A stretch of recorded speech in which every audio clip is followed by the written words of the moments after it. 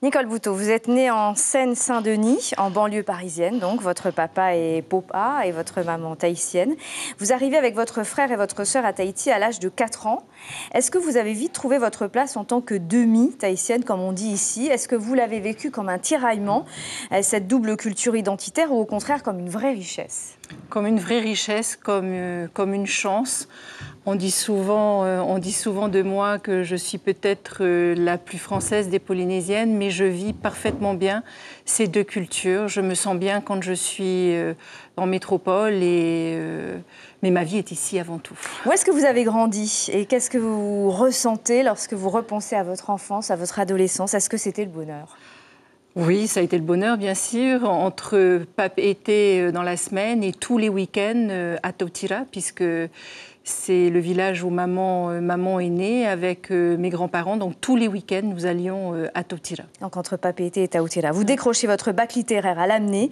Avant de vous lancer dans des études de droit, vous obtenez une maîtrise en droit des affaires à Montpellier et ici à Tahiti. Qu'est-ce que vous voulez devenir à 20 ans? Quels sont vos rêves? J'avais pas réellement de rêve, si, juste une certitude. Ben, je me suis un peu cherchée, pour tout vous dire. Hein. J'ai fait un peu de psychologie, j'ai voulu être orthophoniste. J'espère n'avoir pas été, je pense pas avoir été la seule jeune à chercher. Ça a été votre cas également, peut-être un peu aussi, non? Ça m'est arrivé de me poser des questions. Et puis à un moment, papa a dit, bon, ben, écoute, va falloir te fixer. Le droit, qu'est-ce que tu en penses? Et puis, le droit m'a plu, effectivement. Concours de circonstances, tout mon parcours, je ne le regrette pas. C'est vraiment, je me lève tous les matins sans aucun souci. Je fais les choses avec passion. Rien ne m'a été imposé.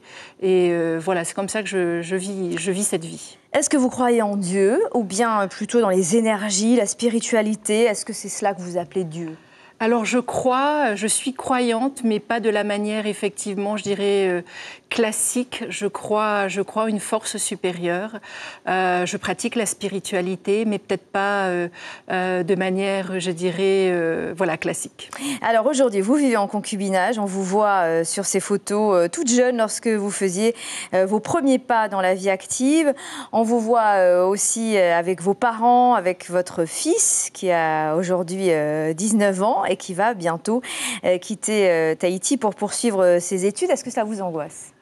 Oui, beaucoup, mais je sais qu'à un moment, il faut couper le cordon. Mais mon garçon, c'est ma passion, c'est ma première passion, effectivement. Quel doit être le premier rôle des parents, selon vous?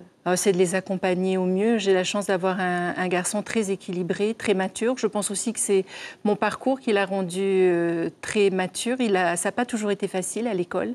Mais voilà, c'est avec ma famille, mes meilleurs... Pourquoi? Parce qu'on critiquait sa maman. On a vécu des périodes difficiles. Je me rappellerai toujours d'un épisode où il est tombé sur une couverture d'un magazine satirique où mon image était dégradée.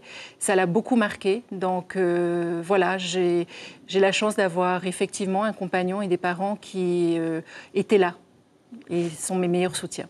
Vous adorez lire et vous adorez aussi l'artisanat. Votre maison est un vrai faré artisanat. D'où est-ce que ça vous est venu? Je pense que là, je suis tombée dans la marmite quand j'étais petite, puisque votre vous maman, savez évidemment. Qui est ma maman. Donc la famille est un peu artiste. Et effectivement, j'ai une vraie passion pour l'artisanat polynésien, mais dans toute sa diversité. Et puis, ce sont mes études, c'est l'artisanat qui a permis de financer mes études.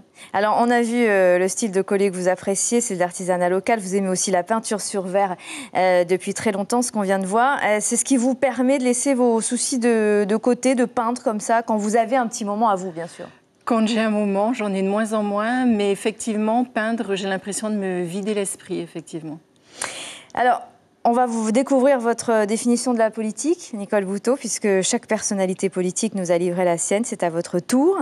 Je vais la lire tout de suite pendant que vous la signez.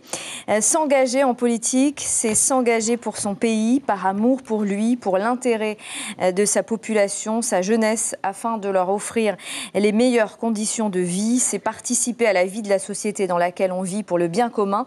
C'est également servir son pays en portant, en défendant une vision de son développement économique, social, culturel, environnemental. Vous avez rajouté une phrase de Paulo Coelho qui est celle-ci: la liberté n'est pas l'absence d'engagement, mais la capacité de choisir. Nous, en tout cas, en Choisis, on était ravis de vous accompagner dans Sans Tabou ce soir. Merci beaucoup de vous être livré. Vous faites maintenant partie de la liste de ceux et celles qui l'ont fait. Merci à tous ceux qui nous ont suivis ce soir et aux équipes qui participent tous les mois à la réalisation de cette émission. On se donne rendez-vous le mois prochain, bien sûr. Excellente nuit. Merci.